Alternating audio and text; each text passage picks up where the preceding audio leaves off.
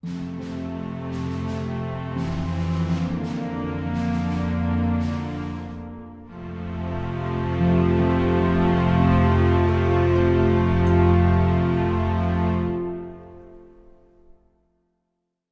한번 하나님께 감사와 영광의 박수를 드리겠습니다.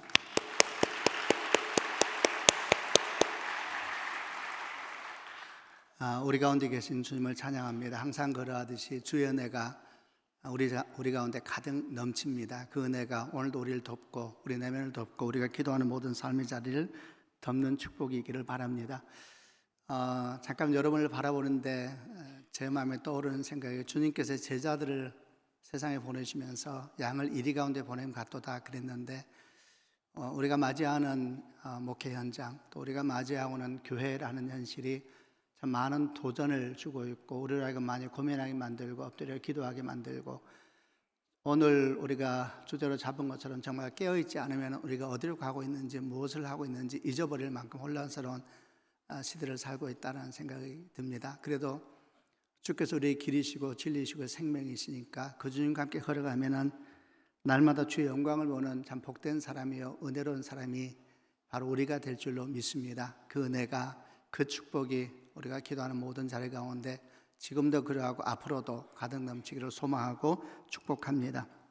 오늘 말씀은 우리 주 예수님께서 공생을 처음 시작하시면서 요단강에 세례받으시고 그리고 40일 동안 광야에서 금식하시고 난 뒤에 성령의 인도하심을 따라 받으셨던 시험, 3가지 시험에 대한 말씀입니다.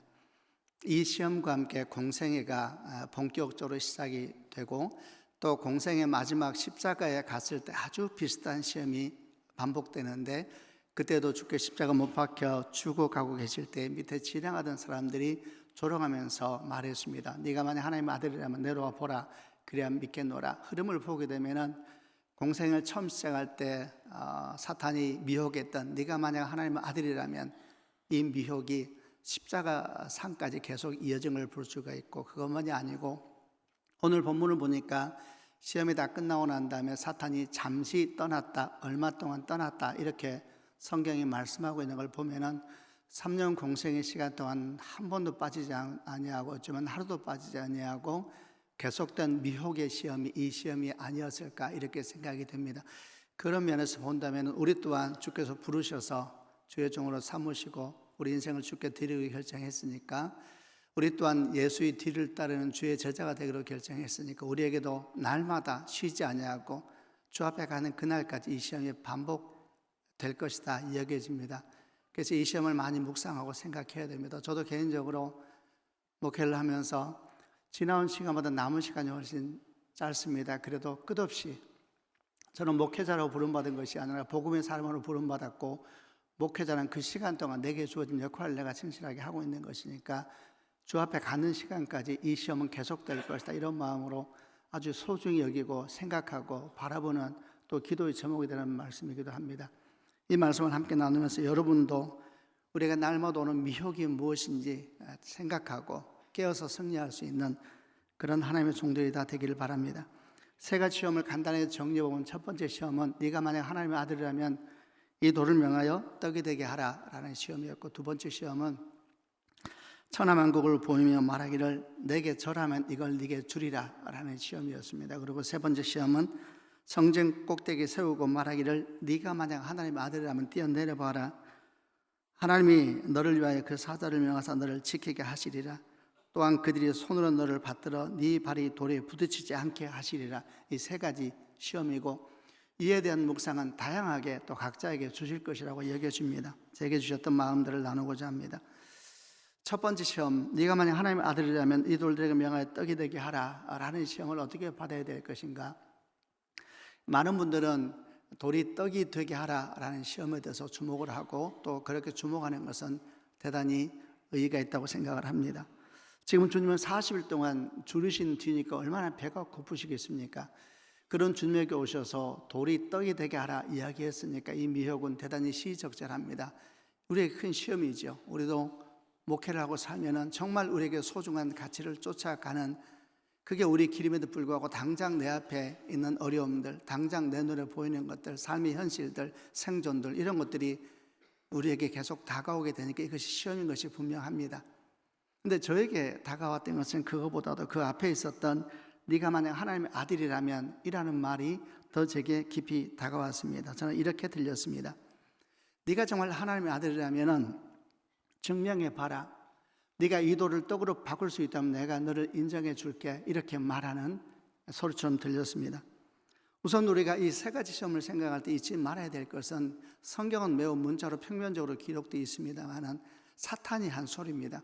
그는 매우 냉소적이고 어두운 영입니다. 아주 사람의 속을 뒤집어 놓는 영이지요.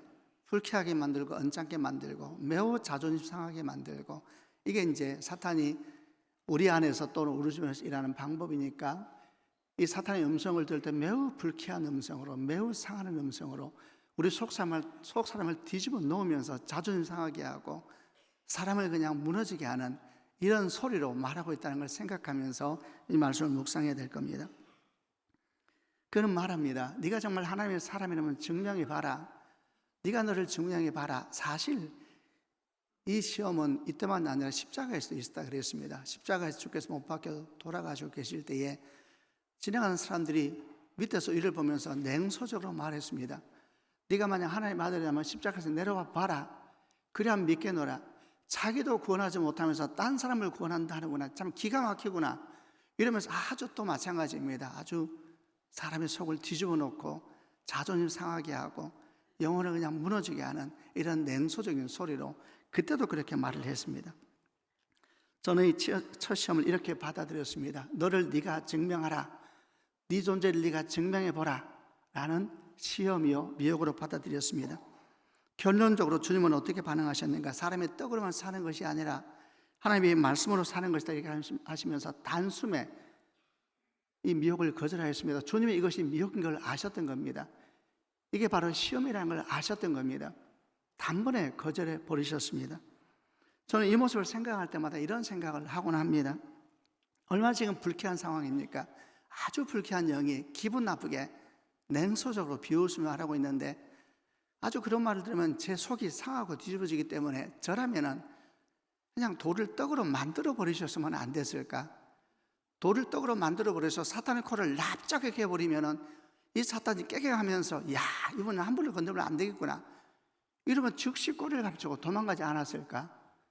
왜 주님은 돌을 떡으로 바꿔버리지 않으셨을까? 능력이 없는 분도 아니신데 그분이 공생 사역을 할 때 보니까 죽은 자를 살리기도 하시고 물고기 2마리 보리떡 5개로 성인 5,000명을 먹이고 12광주리나 남게 하는 분이기도 하시고, 그분이 말씀하시면 천하가 잠잠해졌던 그 능력의 분이신데 돌을 떡으로 만들 수 없는 분이 아니신데 왜 다 그냥 보이셔서 그 입을 납작하게, 그 코를 납작하게 만들지 않으셨을까 생각을 했습니다. 십자가에서 마찬가지입니다. 사람들이 비웃으면서 조롱합니다. 니도 못 챙기면서 뭘 복음을 전하겠다 그러냐, 네 교회나 좀 잘해봐라, 네가 섬기는 교회도 이렇게 엉망인데 뭘 주의 영광을 말하겠다고 그렇게 말하고 다니냐, 이런 소리가 십자가에서 들려올 때에 주님께서 그런 소리 들으셨을 때에 어떤 마음이 드셨을까? 주께서 고통받으시면서 추구하시는 것이 누구를 위함인가? 바로 그들을 위함이죠. 그런데 정작 그들은 그것을 알지 못하고 비웃고 조롱하고 있으니까 얼마나 마음이 상하셨을까? 내려와 봐라, 그러면 내가 믿겠노라 말할 때 저는 생각했습니다. 내려가시지, 한번 딱 내려가면은 어떤 일이 생겼을까? 영화를 보면은 그러면 엄청난 일이 있잖아요. 탁 못 박히는데 갑자기 막 바퀴 못이 막 탁탁 튀어나오고 머리에 가시미 올려 공중에 퐁 뜨고 막, 그리고 쫙 제가 내려가는 겁니다. 그러면 사람들이 어떻게 반응할까요? 얼마나 멋졌습니까, 여러분? 그러면 여러분, 골고다의 사건은 성경에 다르게 기록되어 있습니다. 죽음의 십자가의 사건이 아니라 영광의 땅이 되는 겁니다. 얼마나 많은 사람들이 이걸 여러분 소망하고 있습니까? 얼마나 많은 목사가 골고다의 십자가 언덕을 영광의 언덕으로 바꾸려고 온 힘을 다해서 달려가고 있습니까? 주님께서 다 그렇게 내려가셨으면은 밑에 조롱하는 그들이 다 땅에 엎드리면서 다 회개하고 진정으로 하나님의 아들이시도다, 진정으로 하나님의 아들이시도다, 우리가 잘못했습니다, 우리가 회개합니다, 막 이러면서 복음이 막 폭발적으로 일어나지 않았겠습니까? 근데 왜 주님은 무력하게 위에서 그렇게 가만히 계시면서 그렇게 고통을 받으셨을까? 이런저런 생각을 많이 하게 됩니다. 여러분, 골고다를 갖다가 영광의 땅으로 바꿔버리면 주께서 큰 영광을 받으실 것이다. 그 영광과 능력을 보게 되면은 모든 사람이 주께 나와 엎드리지 않겠느냐. 여러분, 바로 그것이 미혹이고 바로 그것이 시험인 것입니다. 예수님을 자신을 증명해 보라는 사탄의 말을 단순히 거절하셨습니다. 금방 분별하셨습니다. 속이는 영이요, 죽이는 영이요, 그 길 따라가면 죽는 것입니다. 이런 우리에게 아주 소중한 신앙의 교훈을 줍니다. 우리도 그래야 된다는 것입니다. 그리스도인은 자기를 증명하기 위해서 인생을 살도록 부름받은 백성들이 아닙니다. 그러나 이 땅에는 모든 사람을 다 보십시오. 모두 다 자기를 증명하기 위해서 달려가고 있습니다. 제가 보니까 교회도 예외가 아닙니다. 목사도 예외가 아닙니다. 모두 다 자기를 한번 보여주기 위해서 열심히 달려가고 있습니다. 그러나 한번 생각해 보십시오. 그리스도인이 되었다 하면서 평생 인생이 자기가 얼마나 괜찮은 그리스도인인지, 자기가 얼마나 신실한 사람인지 보여주기 위해서, 증명하기 위해서 교회를 열심히 다니고 열심히 기도하고 열심히 헌신하고 헌금을 한다. 얼마나 그 인생이 피곤하겠습니까? 여러분, 목사도 마찬가지입니다. 내가 얼마나 괜찮은 목사인지, 내가 얼마나 대단한 목사인지 한번 보여주기 위해서 설교를 준비하고 기도하면서 주여 큰 능력으로 나를 덮어주옵소서, 한번 내가 막 끝을 보겠습니다. 이런 마음으로 새벽 기도를 하고, 이런 마음으로 설교를 준비하고, 이런 마음으로 설교 끝날 때마다 성도들이 와서 대단합니다, 목사님 대단합니다. 그럴 때 주여 감사합니다. 여러분, 그 인생을 어떻게 주께서 기뻐하시겠습니까? 저는 처음에 하나님께 저를 목회자로 부름받았을 때 능력의 목사가 되고 싶었습니다. 그래서 기도원 다 찾아다녔습니다. 능력의 목사가 되어야 한다. 그게 우리 선배들 우리에게 가르쳐줬던 목회 여정이었습니다. 네가 너를 증명해야 된다. 네가 너를 증명해야 된다. 우리 선배들은 끝없이 우리한테 그렇게 가르쳐줬습니다. 돌아보니까 전부 다 영적 가스라이팅이었습니다. 우리를 증명하기 위해서 부름받은 존재가 아닙니다. 우리는 이미 증명된 존재입니다. 여러분이요, 사랑하는 후배들이요, 여러분이라고 예외가 있을 것이라고 생각합니까? 여러분 꿈이 뭡니까? 여러분이 목회하면서 바라보고 있는 것이 뭡니까? 예외가 있습니까? 모두 다 한번 보여주고 싶지 않습니까? 모두 다 한번 보여주고 싶은 마음, 여러분, 그게 미혹입니다. 우리가 부름받은 것은 우리를 증명하기 위해서 부름받은 것이 아니라 예수를 증거하기 위해서 부름받은 것입니다. 이 차이가 도대체 무엇일까? 진지하게 고민하고 기도하온 그 사람에게 주의 복이 있을 줄로 믿습니다. 우리는 잊지 말아야 됩니다. 우리는 이미 증명된 사람입니다. 아멘이죠. 우리 주 예수께서 여러분과 저희 주님께 십자가 못 박혀 죽으시면서 우리에게 큰 영광을 더하여 주셨습니다. 우리는 최소한 예수의 십자가 피만큼 존귀합니다. 이보다 기가 막힌 선포는 없을 겁니다. 이게 복음입니다. 우리는 이미 증명되었습니다. 우리는 이미 왕같은 제사장입니다. 이미 우리는 그런 존재로 부름받았다라고 생각하면서 우리 삶의 자리에 가서 당당하게 어깨를 펴고 나아가는 주의 종이 되어야 할 것입니다. 교회를 가만히 보면서 저도 교회를 섬기는 목사로서 이런 생각할 때가 많습니다. 이제 교회는 완전 경쟁 사회가 됐구나 생각을 합니다. 완전 경쟁이라는 것은 자본주의의 핵심 가치입니다. 매출의 크기로 경쟁을 하고, 수익의 크기로 경쟁을 하고, 규모의 크기로 경쟁을 합니다. 거기서 승부가 결정이 됩니다. 목사들도 그렇게 됐습니다. 규모에 따라서 목사 모임이 달라지고, 교회 크기에 따라 역사에 따라 목사 모임이 달라지고, 참 있어서는 안 될 일입니다. 교회가 부흥하면 마치 그 교회 목사가 기도 많이 하고 주님 많이 사랑해서 교회가 부흥이 된 것처럼 간증합니다. 기가 막힌 일입니다. 우리는 그런 간증을 듣고 자라왔습니다. 성장한 교회 목사는 성령 충만하고 기도 많이 하는 그런 목사인 것 같고, 그러나 그 뒤에 다른 말은 안 하지만 우리는 그 뒤에 있는 말도 압니다. 성장하지 않은 교회 목사는 성령 충만하지도 않고 기도도 맞이하지 않는 사람인 것처럼, 성령 충만하고 이런 사람은 다 이미 확인되고 증거된 사람인 것처럼, 당신을 증명하라 라는 말에 아주 당당하게 서 있는 사람인 것처럼 그렇게 돼버리고 말았습니다. 끝없이 자기를 증명해 보이고 싶은 욕망, 이것은 상처 입고 비교당하고 내 마음이 무너지는 같은 삶이 반복되면 우리 안에서 끝없이 일어나는 참으로 욕망입니다. 집 주변을 보다 보면 교회를 볼 때가 많습니다. 간혹 이런 생각을 합니다. 교회는 왜 이렇게 아니 이렇게 다들 지을까? 나 여기 있어 라고 말하는 것처럼 십자가를 높이 세웁니다. 정말 그들은 그 십자가를 보고 주는 사람들이 올 것이라 생각하는가? 5년 전에 그렇게 보이지 않았습니다. 키재는 경쟁을 하고 있구나. 우리 경쟁 대상은 누구인가? 세상입니까? 아니죠. 여러분의 경쟁 대상은 누굽니까? 다 알고 있습니다. 다른 교회지요. 다른 교회보다 더 눈에 띄기 원하고 다른 교회보다 더 성장을 해야 됩니다. 우리 교회가 쇠퇴하더라도 옆 교회보다 덜 쇠퇴했으면 자랑스럽습니다. 우리 안에 있는 자기를 증명해 보이고 싶은 욕망, 여러분이요 끝없이 여러분 삶을 덮을 것입니다. 여러분 이야기입니다. 딴 사람 생각할 것이 없습니다. 여러분, 우리가 그렇게 달려가고 있습니다. 주님은 단번에 거절하셨습니다. 이것이 미혹인 것을 아셨습니다. 그분은 한 번도 당신을 증명하기 위해서 공생의 삶을 걸어간 적이 없으십니다. 그분은 오직 아버지의 영광을 바라보면서 복음만을 위해서 기꺼이 그 길을 걸어가셨던 분이십니다. 자신을 증명하려고 하면 어떤 모양이 있는 사람이 추해집니다. 그런데 자기만 자기가 추하다는 것을 모르는 진짜 추해지는 인생이 되는 겁니다. 두 번째 시험은 천하만국을 내게 보이면서 그가 미혹했습니다. 내게 잘하면 천하만국을 네게 주겠다. 이 시험은 무엇일까? 천하만국을 주겠다 그럽니다. 여러분, 예수께서 오신 목적이 무엇입니까? 요한복음 10장 10절을 보면 양으로 생명을 얻게 하고 더 풍성히 얻게 하기 위해서 오셨다 그랬습니다. 이 말씀을 가만히 보다 보면 주님께서 오신 목적이 뭘까? 모든 사람에게 구원을 주기 위해서 오신 것이 아닐까?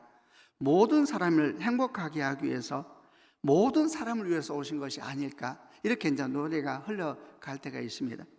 여러분, 근데 지금 사탄이 그 모든 사람을 주겠다고 말하고 있는 것을 주목해야 됩니다. 천하만국이 무엇입니까? 그것은 온 땅의 영광이고 모든 사람을 주겠다는 말로도 볼 수 있지 않습니까? 만약 우리 목적이 천하만국이라면 여러분, 모든 사람이 행복해지는 것이 우리의 목적이고 모든 사람이 구원 얻는 것, 그게 우리의 목적이고 모든 사람이 어려움 없이 사는 것, 그게 우리의 목적이라면 그럼 우리는 사탄에게라도 절해야 되지 않겠습니까? 그게 우리의 사명이라면 그래야 되지 않습니까? 여러분, 이 말에 함정이 있습니다. 우리 목적은 천하만국이 아닙니다.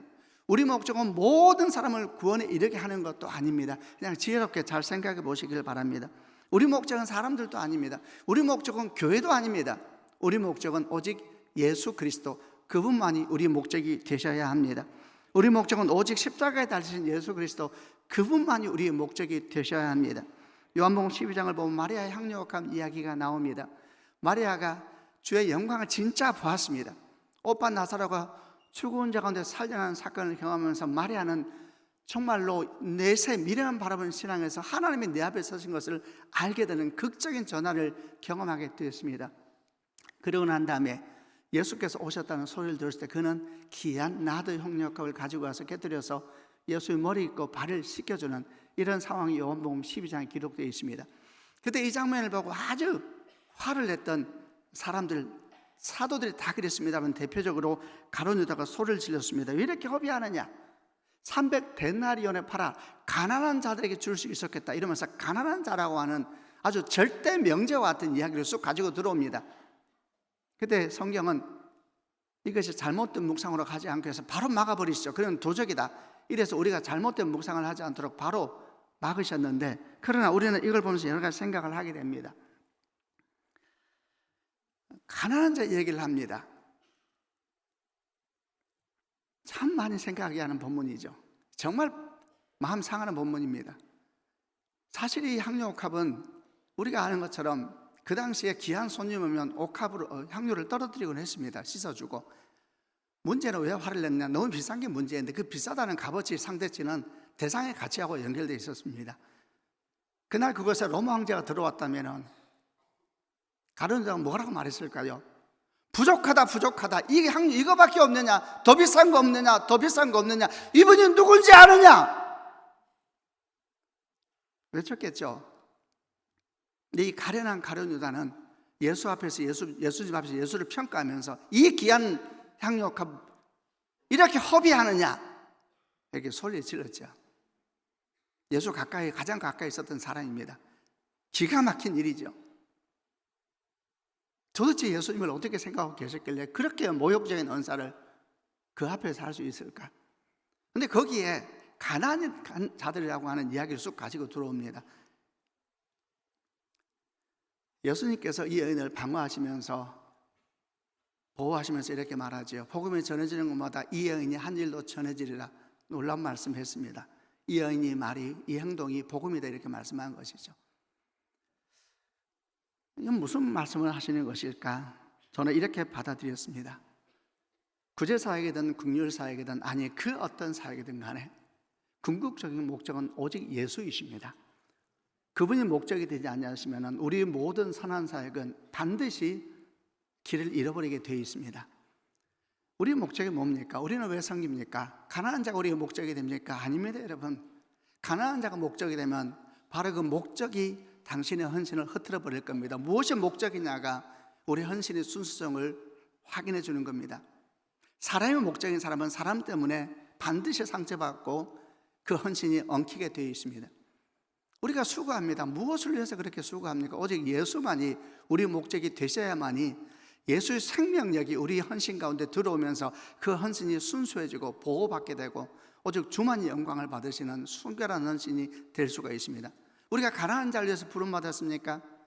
가난한 자를 위한 사역을 하지 말라는 것이 아닙니다. 가난한 자를 위한 사역을 하셔야 됩니다. 그러나 우리 목적은 가난한 자가 목적이 아닙니다.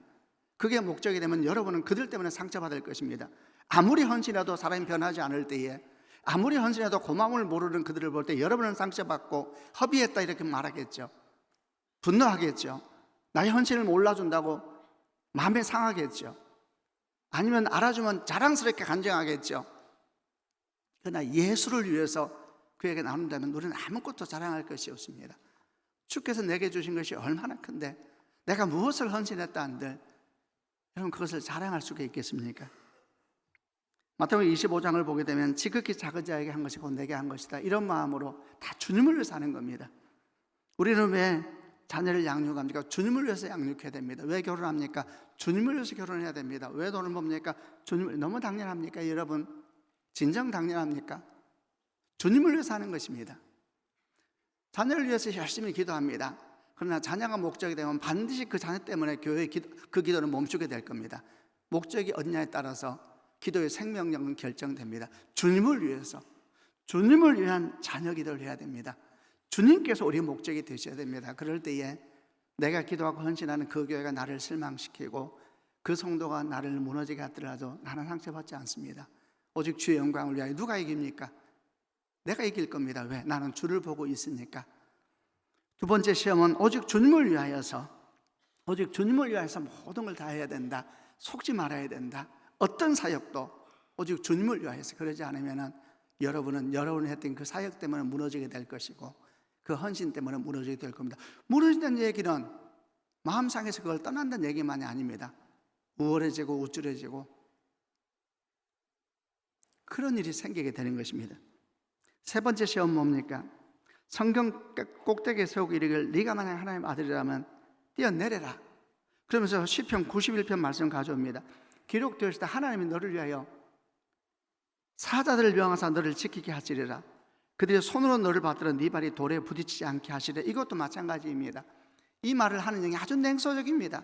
뭐라고 말을 했을까요? 아주 냉소적으로 비겁습니다. 저는 이렇게 받아들였습니다. 너는 정말 하나님이 끝까지 너를 도와주실 것이라고 믿는 거냐?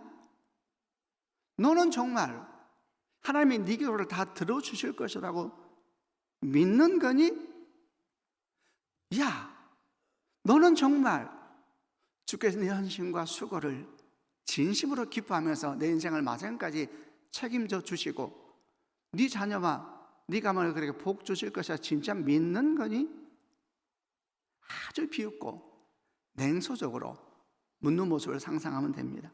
세 번째 시험은 우리는 마지막까지 주의 선하심을 신뢰할 수 있을까라는 시험입니다. 우리 기도가 우리 발등을 짚고 목회자로 산다는 것이 이리도 부끄러운 시대 속에서 이 땅을 아무리 돌아보아도 도대체 복음의 소망이 없는 것 같고 교회라고 해서 갔더니 이게 도대체 무슨 일인가? 밤새 어둠 속에서 시간을 보면서 울어댈 때에 그때 어쩌면 이런 음성이 들려올지 모르죠. 우리 안에서부터 주님은 진정 선하신가? 나를 향해 선하신가? 주님의 약속은 여전히 변함이 없으신가? 이런 미혹, 이런 시험이 여러분의 마음과 여러분의 삶을 덮게 될 겁니다. 복음을 위해 살고 싶은데 매일매일 내 마음을 덮는 것은 생존이 되었다는 현실을 보게 되었을 때에 여러분 낙심하게 될 것이고, 그때 세 번째 미혹의 소리는 들려오게 될 겁니다. 하나님은 진정 선하신가? 여러분이요, 사랑하는 후배 동역자 여러분이요, 죽도록 주님은 선하십니다. 아멘. 죽도록 주님은 선하십니다. 잊지 말아야 됩니다. 사탄은 처음부터 끝까지 이걸 공격해 왔습니다. 창세기 3장에서 그의 첫 마디가 뭐였습니까? 뱀은 여호와 하나님 지으신 들짐승 중에 가장 강교하니라. 뱀이 여자에게 물어 이르되 하나님이 참으로 너희에게 동산 모든 나무 열매를 먹지 말라 하시더냐. 한 번도 이런 적 없으시죠? 다 먹으라 그랬습니다. 다 먹어라. 그냥 동산 중앙에 있는 선악을 알게 한 나무 열매는 먹지 말라. 우리가 무슨 많이 착각을 합니다. 여러분, 동산 중앙에 나무가 많았죠, 열매가. 어떤 사람이 이런 착각을 합니다. 좋은 건 안 주고 이상한 것만 주신 거 아니냐. 진짜 좋은 열매는 못 먹게 하고 애매한 열매만 다 완전 착각이십니다. 선악과는 다른 과일보다 더 맛있는 과일이 아니었습니다. 더 멋있는 과일도, 더 아름다운 과일도 아니었습니다. 보암직하고 먹음직하고 지혜롭게 하면 탐스럽다고 말했던 것은 뱀의 음성이 들어간 하와가 말한 겁니다. 하나님의 선하심을 믿지 않으면 모든 것이 뒤틀려 보입니다. 자기에게 없는 것만 억울합니다. 내게 허락되지 않은 것만 서럽습니다. 자기에게 준 것은 못 봅니다. 복이 온 땅에 가득한데, 복이 온 땅에 가득했습니다. 그런데 하나님의 선하심이 얼씬되는 순간 주신 복은 안 보이고 주께서 금지한 것만 억울합니다. 그리고 이런 소리를 해대죠. 나는 소망한다, 내게 금지된 것을. 옆집 아줌마가 이뻐요. 여러분, 제가 좀 농담처럼 하는 것처럼 들리죠? 하나님의 선하심 의심되면 어떻게 되는가? 그럼 내가 나서야 됩니다. 그래서 하와가 고개를 들고 보니 세상이 다 달리 보였죠. 주신 것은 하나도 안 보이고 없는 것만 보이는 서러운 시간들, 여러분이요, 축복합니다. 주신 복이 참 많습니다. 아멘. 여러분에게 주신 복이 참 많습니다. 그 복을 항상 기억하고 눈을 뜨고, 그분은 선하십니다. 죽도록 선하십니다. 여러분, 이거 놓치면 여러분은 죽습니다. 세 가지 시험을 마무리하겠습니다. 첫 번째, 여러분 자신을 증명하라는 미혹에 승리하시길 바랍니다.